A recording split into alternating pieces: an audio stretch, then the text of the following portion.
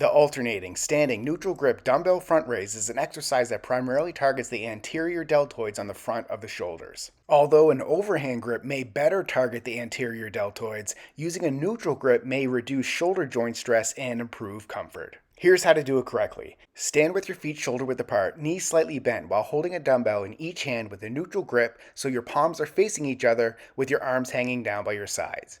Engage your core to stabilize your body and maintain a straight posture. Keeping your elbows slightly bent, exhale, then lift one dumbbell straight in front of you to shoulder height, ensuring your palm is facing inward throughout the movement. Keep your torso stationary to avoid swinging the dumbbell to use momentum to lift the weight. Pause while holding the dumbbell at shoulder height for a brief moment to feel the contraction in your shoulder. Inhale, then under control, slowly lower the dumbbell back to the starting position. Repeat with the other arm by immediately raising the dumbbell to shoulder height, maintaining the same form and control.